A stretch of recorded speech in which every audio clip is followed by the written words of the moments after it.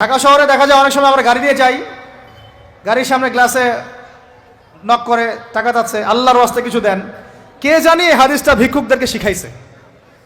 কোন হাদিস জানেন? যে আল্লাহর ওয়াস্তে কারো কাছে কিছু চাইলে ফিরাইতে হয় না। আল্লাহর ওয়াস্তে যদি কেউ আপনার কাছে কিছু চায়, যে আল্লাহর ওয়াস্তে ভাই আপনার কাছে আমি 10টা টাকা চাচ্ছি, থাকলে দেন, তাহলে এটা ফিরাইতে হয় না। বেচারা আল্লাহর ওয়াস্তে চাইছে, আমি ফিরাবো কেন? আল্লাহর দোহাই দিছে। তো প্রত্যেকটা ভিক্ষুক দেখবেন চায় আল্লাহর ওয়াস্তে দেন, সেটা নিয়ে খাক আর কি করে করবো, আল্লাহর ওয়াস্তেই চাচ্ছে। তো অনেক সময় দেখা যায় অনেক ভিক্ষুকের ফ্ল্যাট আছে ঢাকায়, কি আছে, আর আমরা ভাড়া থাকি, যারা দেই তারা ভাড়া থাকি, হয় ভিক্ষুকের ফ্ল্যাট আছে। সুবহানাল্লাহ। তো প্রতারণা যুক্ত, বোঝার বুদ্ধি নাই কোথায় দিলে ভালো হবে। এই জন্যে বাছাই করে করে সদকা করবেন, দিনই খাতগুলোতে বেশি সদকা করবেন। আল্লাহ পাক তৌফিক দান করবেন। রমজানে বেশি বেশি সদকা করবেন, বেশি বেশি সদকা। মানে সদাকার এমন ক্ষমতা আছে যে আপনার তাকদিরে মনে করেন একটা বিপদ লেখা আছে, মনে করেন তাকদিরে একটা বিপদ আছে, আপনি এখানে সদকা করছেন, এই সদাকার ওসিলাতে আল্লাহ পাক আপনার এই বিপদটা দূর করে দিতে পারেন।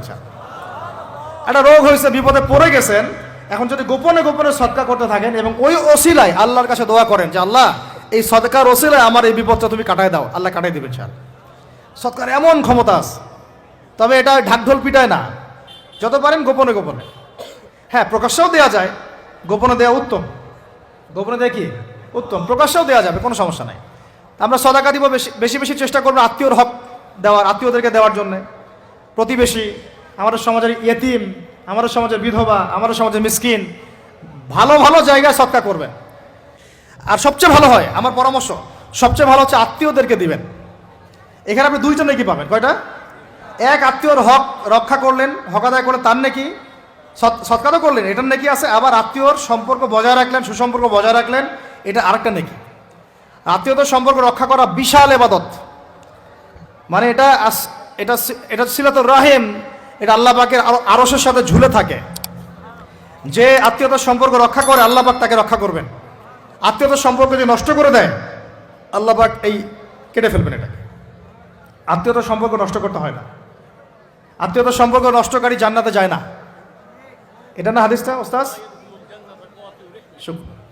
লা ইয়াদখুলুল জান্নাতা কাতিউর রহমি, মানে আত্মীয়তার সম্পর্ক, রক্তের সম্পর্ক যারা কাতি মানে কেটে ফেলে তারা জান্নাতে যাবে না। তো প্রিয় ভাইরা, আমরা আত্মীয়তার সম্পর্ক রক্ষা করবো ইনশাআল্লাহ। কারণ আত্মীয়দের মধ্যে সবাই একরকম হয় না, এক এক মানুষ এক এক বুঝের। কেউ হয়তো আলট্রা মডার্ন, কেউ এক্সট্রা অর্ডিনারি মডার্ন, ঠিক আছে, কেউ দিনের ধার কাছেও নাই, কেউ নাস্তিক, এরকম আছে তো নাকি? তা আপনি সৌজন্যমূলক সম্পর্ক বজায় রাখবেন। সালাম কালাম বিনিময়ে আসলে মেহমানদারি করা, সৌজন্যমূলক সম্পর্ক কি করবেন? বজায় রাখবেন। আল্লাহ পাক আমাদেরকে বোঝার তৌফিক দান। কয়টা বলছি? 8 না 9? 9টা। 10 নম্বর হচ্ছে ভাই, রোজা রেখে বেশি বেশি ইস্তেগফার করবেন। কি করবেন বলেন?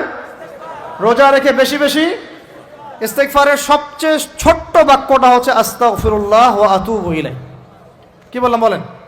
আস্তাগফিরুল্লাহ ওয়া আতুবু ইলাইহি। এইটুকু পারা যাবে না? দিনে কমপক্ষে 100 বার। কতবার? দিনে কমপক্ষে 70 বার বা 100 বার। দিনে কমপক্ষে 70 বার বা 100 বার। আরও বেশি পারলে আরও ভালো। ওই যে হিসনুল মুসলিম একটা বই আছে না, বা কিতাবুজ জিকির, কিতাবুদ দোয়া, আল আসকার, এমন অনেক বই পাওয়া যায়।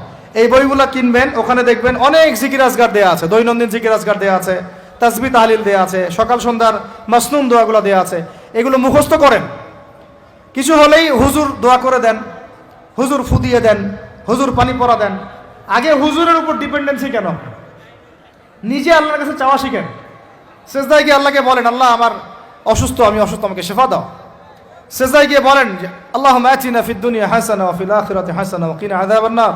হাত উঠান, আল্লাহকে বলেন, আল্লাহুম্মা আইনি আলা যিকরিকা ওয়া শুকরিকা ওয়া হুসনি ইবাদাতিক। আল্লাহকে বলেন, ইয়া শাফি, ইয়া আল্লাহ, ইয়া রহমান, ইশফিনি, আমাকে শেফা দান করেন। আগে আল্লাহর সাথে কথা বলা শিখেন, তাই না ভাই? তারপরে দোয়া নিবেন, পানি পড়াও নিতে পারেন, ঝাড়ফুঁক দিতে পারে, সেটা আছে বৈধতা অবশ্যই, এটাও ঠিক আছে। কিন্তু আগে আপনি আল্লাহকে চিনতে শিখেন। বেশি বেশি রোজা রেখে ইস্তেগফার করবেন। আল্লাহ পাক তৌফিক দান করেন, আমিন। একটা বইয়ের নাম বলেছে হিসনুল মুসলিম, আল আসকার, কিতাবুদ দোয়া, এরকম অনেকগুলো বই আছে বাজারে। এগুলো কিনে বাসায় মুখস্থ করার চেষ্টা করেন। আল্লাহ পাক তৌফিক এনায়েত করেন, বলি আমিন। কয়টা বললাম? 10টা। ঠিক আছে।